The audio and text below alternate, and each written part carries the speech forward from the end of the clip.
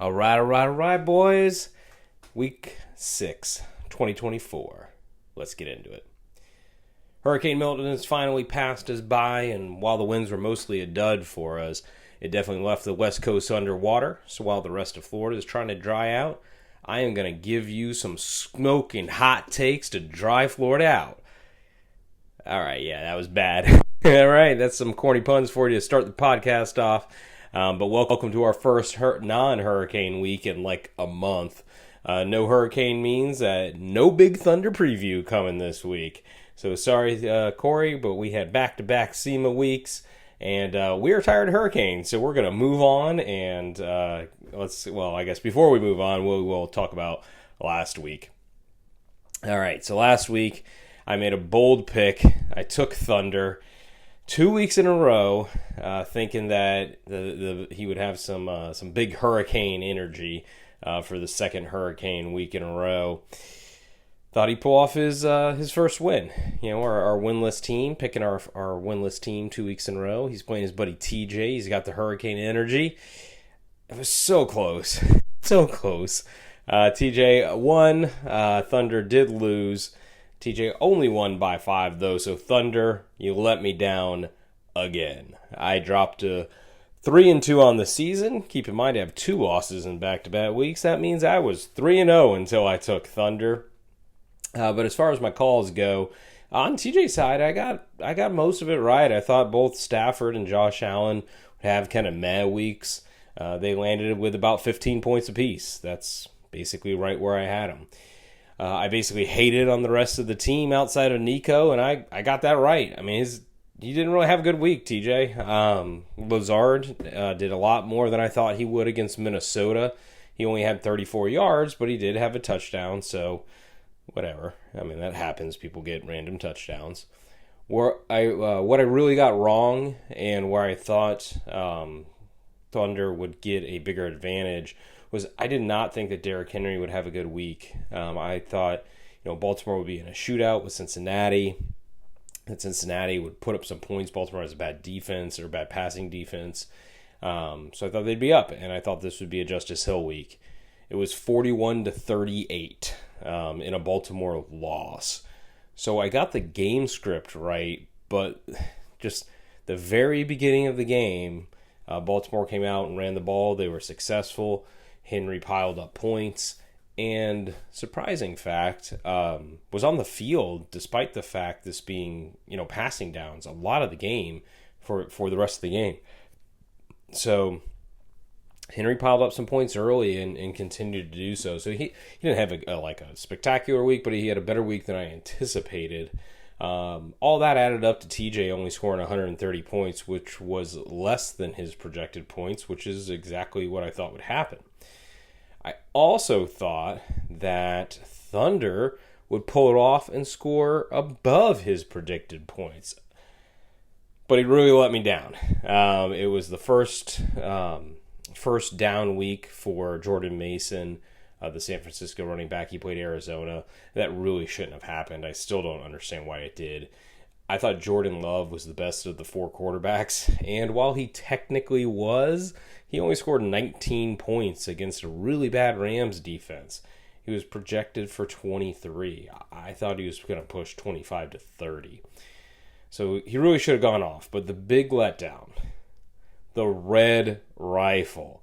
How does a QB score 5 points? 5. That is horrendous. If Dalton would have gotten just a measly 11 points at quarterback, Thunder would have won the game. God, that's so close. But no time to dwell on that. We're going to go ahead and let Thunder let me down again like every PG-13 sex scene. But we're moving on to week 6. All right, so week 6. These 2 teams have not been previewed on the pod yet, so we got 2 newcomers to the pod. We've got a battle of ineptitude, a matchup of incompetence, just a clash of true frittatas. This is an early round Sacco matchup. So this week we get Firecrotch Paul, his 0-5 Simply Jamarvelous team versus Ryan's 1-4. Sophia Ruxin is purdy. Look, not every game is going to be barn burners, guys. I gotta pick close games. I'm trying to feature some teams.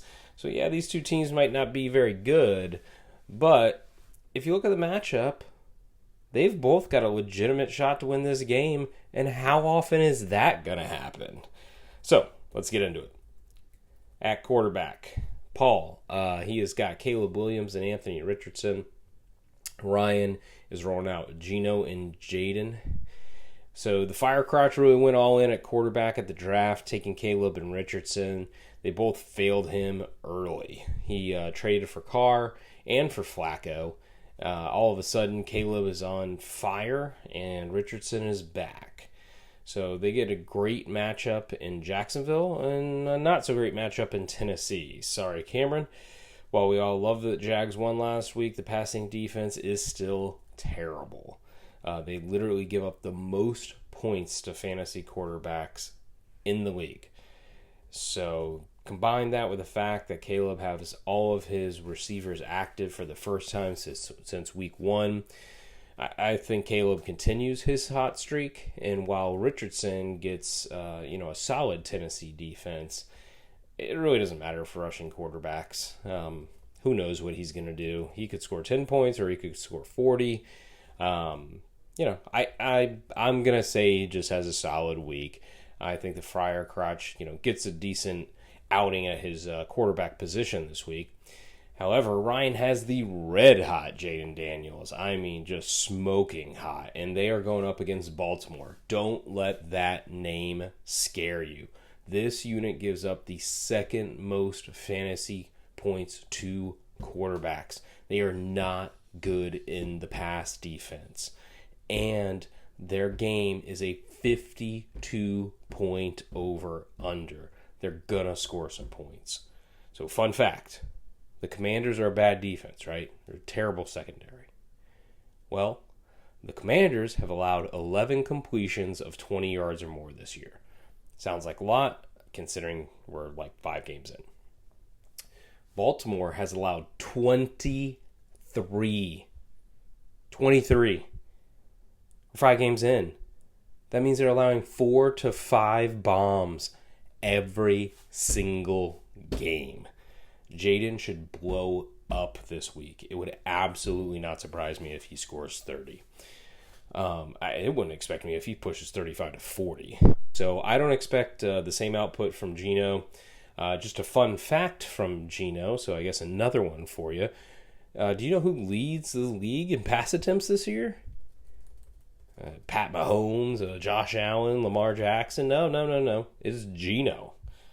So, while surprising, he is passing a ton. Unfortunately, his TD rate is terrible. It is 2.5%. League average is 4 or 5%. Good is 6. Like Hall of Famer level is 8 to 9. He's at 2.5. So, that number has to regress. Like, he has to get back to average, meaning he has to throw more touchdowns. There's just no way a quarterback throws as much as he does and doesn't get more touchdowns. With a banged up defense, in Seattle, he should have to pass the ball because I expect the Niners to score. That being said, the Niners aren't a bad defense, so I would expect that Gino just has a 15-point type of week. I don't expect the world out of him. But I don't care. Ryan has the edge at quarterback. It's not even close. Jaden just rolls this group. All right, moving on to wide receiver. We've got Amari, Zay Flowers, and Olave for the Firecrotch. And on the other side, Ryan has Garrett Wilson, Deontay Johnson, and Keenan Allen. I like the Firecrotch's group, but it's not really panning out this year. I mean, the Amari, Flowers, and Olave have been hit or miss. But all 3 of them play defenses that allow the 7th most amount of points to fantasy wide receivers or better. So they're 4, 6, and 7. So the Firecrotch, his matchups this week on paper are just beautiful at wide receiver. He can't ask for more. I like Zay Flowers a lot. Like I was talking about earlier, this Baltimore-Washington game should be a shootout. Just two bad pass defenses, a 52-point over-under. I'm going to take Zay Flowers to be a surprise kind of sleeper this week. If you guys are doing any FanDuel type things, I'd get him on your roster. Outside of that, we have got Olave. Olave has Spencer Rattler starting this week at quarterback. That really isn't helpful, but they do get Tampa Bay. Tampa Bay's been bad on defense and good on offense, so we should see a lot of scoring. Rattler should have to play catch up. I don't know. Tough to call this game, but I do see Olave getting some good garbage time in here, and I think garbage time counts just like regular time. So I don't know. I'll take Olave to have a solid week. Now Amari Cooper is still playing really well. Did you know? Another fun fact. So fun fact number 3. Do you know how many uncatchable passes? Targets Amari has had this year? 70%. Deshaun Watson is objectively terrible at quarterback. So I really have to temper my expectations because Watson is just terrible. But Amari gets a bad Philly defense. Again, like Baltimore, don't let the name scare you. Like, they're not good this year. So Amari should have a good game. I'm actually going to call Deshaun getting benched at the half and Winston coming in, actually giving Amari a better week. I don't know how. I just don't know how, if you're Stefanski, you allow Watson to keep starting. I mean, your job's on the line and you're about to get fired. Like, you have to put Winston out there. He's just a better option at quarterback, and that would be infinitely better for Amari. All right, enough of my soapbox about how bad Deshaun Watson is. Let's move on to Ryan. Ryan's bringing the underachieving group to this party. Okay, let's see. We got Garrett Wilson. Great. He had 23 targets last week. That's absurd. So if he gets 23 targets, will it be good again? I mean, sure. But I don't think that happens. I think it's more likely that he goes like 5 catches for 60 yards like he has been. And then Ryan just crosses his fingers for a touchdown. Yeah, I mean, I guess that might happen. Keenan Allen does have a good matchup. Again, the Jags have a bad pass defense. But, man, every podcaster, sports analyst, they all say this guy is toast. I don't buy that, but he's clearly the third target in the pecking order. Going to London isn't going to help anything. So, yeah, I don't have a lot of hope for Keenan. And then I love Deontay. I mean, I think I love Deontay Johnson as much as I love David Montgomery. I mean, they are my 2 picks in this draft, really for the past 2 or 3 years, for best value on draft day. But while he may be a solid every week starter, he bombed last week. I think that was a fluke, and I think you can count on him for, 15 points against the Atlanta defense, just kind of a solid week, which is all I really ever expect out of him. He's very consistent typically. So while most people will probably pick Ryan for the name recognition, I'm actually taking good old Firecrotch to win this group. Call it a gut call. I just think he scores this week. I think he has a good week in this group. All right. Moving on to running back. Firecrotch, you are pulling out some DeAndre Swift and Ford versus Josh Jacobs and James Cooks. Yikes. Firecrotch is burning hard. There is no fire extinguisher around. He doesn't know what to do.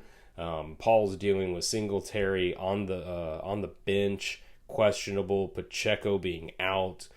So he's thrown in Swift. And yes, hey, did Swift score 20 and 29 points the past 2 weeks? Yes, he did. Does he play a bad Jags defense? Yes, he does. But I don't care. He's not good. Swift, I'm just not buying the Swift hype. Is he a change of pace back? Yeah, sure. He's got a place in the NFL, but he's a terrible short yardage back. His entire career, everyone tries to feature him, and everybody realizes he is bad at this. So he is not going to get any short line or short yardage touchdowns. Caleb is showing that he does not throw the ball to the running back much. Yes, there was 1 week where he caught 7 passes, but he has 2 in every other week. I do not trust Swift. I don't care what his matchups are. Now, Ford, I actually like Ford. I think he's a solid running back in the NFL and should be an asset. But if Watson is starting at quarterback, sorry, the guy's just bad at football, and Cleveland's going to suck on offense. So, I guess Paul is hoping Ford falls into the end zone, which I guess is possible, but I'm not betting on anything there.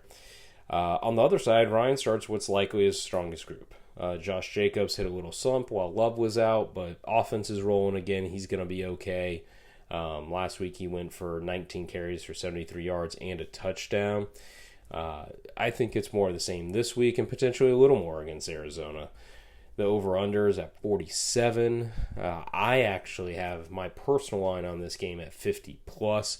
I say hammer the over. Thunder, you listening there? Hammer that over? Maybe pick of the week? You're on a little bit of a losing streak. Figure I might throw in some advice for you. As far as Cook goes, Cook's a man in Buffalo. Look, you heard podcasts from me last year saying, look, what's his role? And he didn't have a role last year until Joe Brady took over. Joe Brady has completely changed this offense. It is now a smash-mouth team. They run the ball. Allen's not taking away any goal line carries. Fun fact number 4 for this podcast. Guess how many rushes Josh Allen has from the 5-yard line this year? 5-yard line or closer. So 5 and goal. None. 0. Literally none. He's had no goal line carries.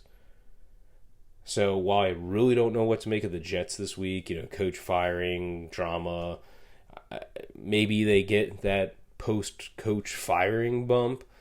But sorry, I just don't buy into dysfunctional teams. And this team was not dysfunctional because of its head coach. So, I don't know. I don't buy it. I think Buffalo does just fine. So I give a huge edge to Ryan in this matchup. Moving on to tight end and the flex positions. Firecrotch rolls out Freiermuth and Tolbert. There's a joke in there somewhere. I'm missing it, but Firecrotchmuth. I don't know. Freiermuth and Tolbert versus just Jalen Tolbert, the receiver for Dallas, versus Kyle Pitts and Chase Brown. So we got the Muth. I think Vegas is one of those teams that's spiraling down the drain, kind of similar to the Jets. I just think they're kind of dysfunctional. Pierce has no business being a head coach. He just doesn't. He might be a motivator, blah, blah, blah. He can be a coach somewhere, but he ain't a head coach. So I expect Pittsburgh to win this game convincingly. The spread's 3 points. I give it 6, maybe more. Again, hammer that.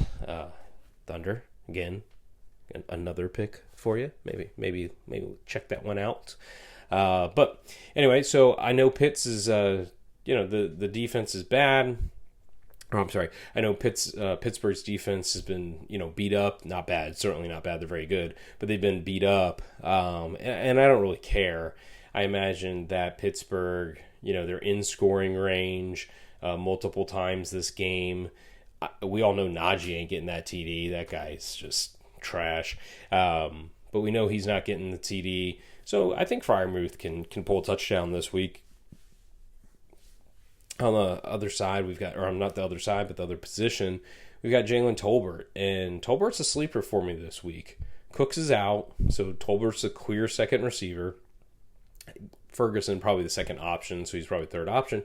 But he is the clear second receiver in a pass-first offense.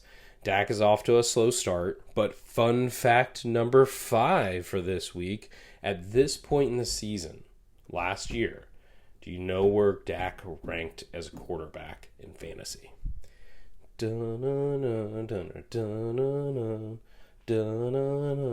Okay, that's enough Jeopardy music. He was 17th. 17th, and then he went on a tear. This year he's 20th, so a little worse. But, we're just watching the same script from last year. Dak's off to a slow start. So they get Detroit, and Detroit obviously also off to a slow start, but looked great last week. I think Detroit can score some points. I think Dallas is going to have to keep up. Mika might not play. So I've got CD blowing up, but who else is going to catch the ball in Dallas? Does anybody even know their third receiver? I literally I can't even name them.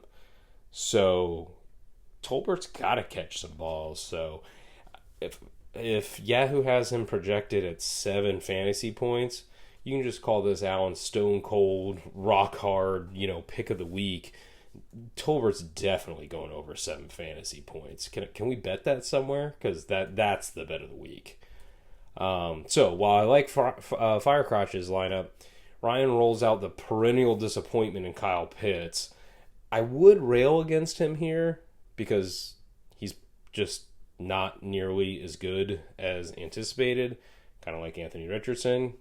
Go Gaddis. Anybody gets that reference, check out YouTube Go GATA. It's a fantastic watch. But anyway, so Gators suck, and I want to rail on Pitts, but gets Carolina, and Carolina's terrible. So if Cousins is back, and I'd say a 500-yard game qualifies him as being back, Pitts has potential, like we say every year, to have a good game. So I think this might be different. I don't expect him in any way to become consistent. But if Cousins lights it up, Pitt has a good shot at scoring against a bad defense. So we'll move on here to Chase Brown. Dude, the Bengals are on fire. I did not want to pick Burrow at the draft, but I picked him, despite not liking him, because of potential. I picked him because this offense should score. He should throw a lot of touchdowns. The offense should move. It's a bad defense. It's exactly what's happening. So the high-powered offensive tide of the Bengals is raising all of the boats. It doesn't matter if you're Joe Mixon, Zach Moss, or Chase Brown.